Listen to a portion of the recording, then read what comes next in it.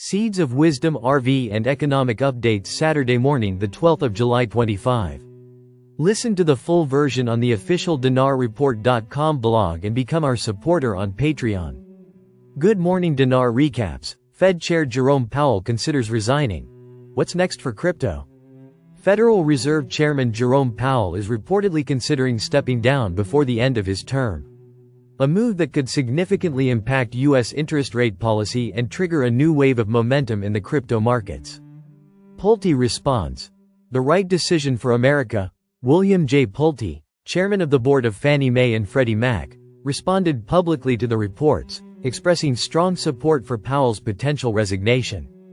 Posting on his official X account, Pulte stated, "I'm encouraged by reports that Jerome Powell is considering resigning. I think this will be the right decision for America, and the economy will boom."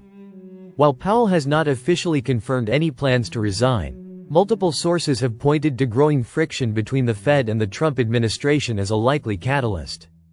Policy divide. Powell versus Trump. The tension between Fed Chair Powell and President Donald Trump has escalated in recent months. Trump has repeatedly called for aggressive interest rate cuts, arguing that a looser monetary policy is necessary to match the current strength of the U.S. economy. In a recent Truth Social post, President Trump stated, "Tech stocks, industrial stocks, NASDAQ hit all-time highs. Crypto is through the roof, Nvidia is up 47% since Trump tariffs.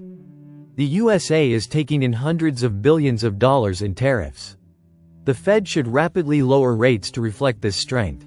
However, Chair Powell has resisted such demands, warning that recent tariffs could actually increase inflationary pressure and that monetary policy should remain cautious, especially in the face of a weakening U.S. dollar. Market implications. Rate cuts and crypto surge. Should Powell resign, President Trump would likely appoint a successor aligned with his pro-growth, low-rate agenda. Analysts believe this would increase the likelihood of multiple rate cuts before the end of 2025. Providing an additional tailwind for risk-on assets. Crypto markets have already entered a bullish phase, bolstered by expanding global liquidity and easing monetary conditions. Additional rate cuts could accelerate this momentum significantly. The potential leadership change at the Fed represents more than a political reshuffle. It could become a pivotal event for both traditional financial markets and the digital asset ecosystem. BIS research finds tokenized government bonds have tighter spreads. The Bank for International Settlements, BIS, has released new research indicating that tokenized government bonds, while still a small slice of the overall bond market, are demonstrating significantly tighter bid-ask spreads and potential advantages in liquidity, issuance efficiency, and accessibility. Key findings from the BIS Bulletin. The BIS analyzed 15 tokenized bonds issued by sovereigns, supranational institutions, and government agencies, totaling $1.9 billion, a fraction of the estimated $80 trillion global government bond market. Improved liquidity. Mean bid-ask spread on tokenized bonds, 19 basis points. Mean bid-ask spread on traditional bonds, 30 basis points. The tighter spreads suggest superior liquidity and possibly more efficient price discovery for tokenized instruments. Why are tokenized bonds more liquid?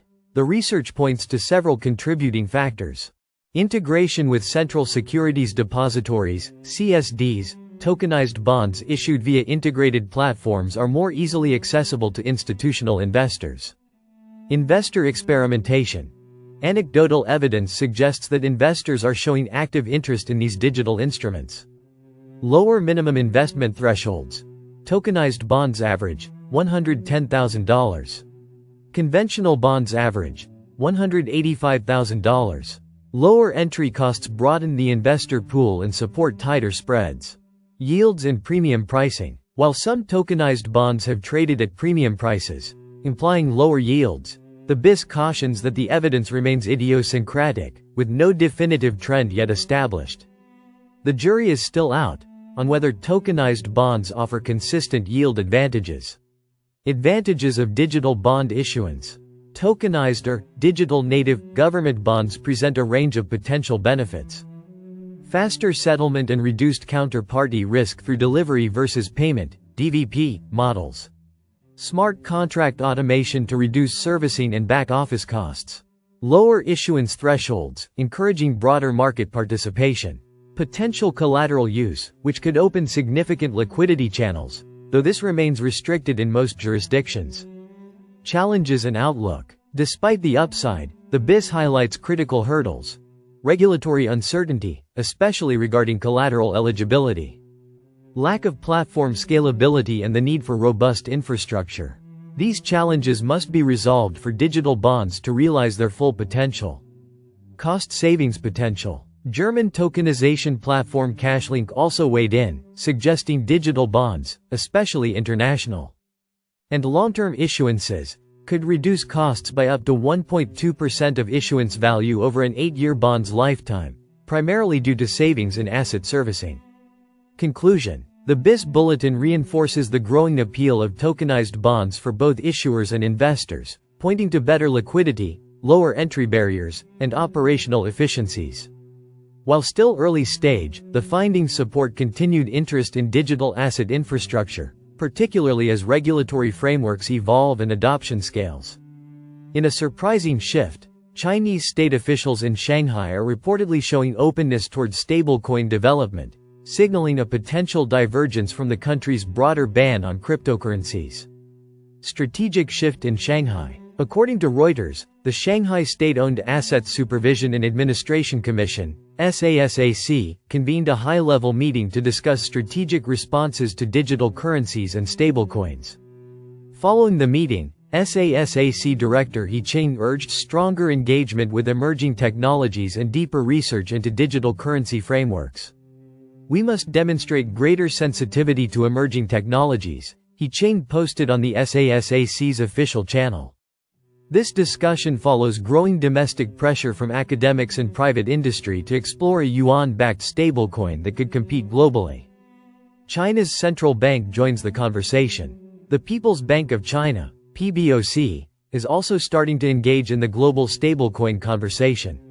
In June, PBOC Governor Pan Gongsheng acknowledged that stablecoins represent a transformative shift in global payments infrastructure, especially given the influence of US dollar-backed assets such as Circle's USDC.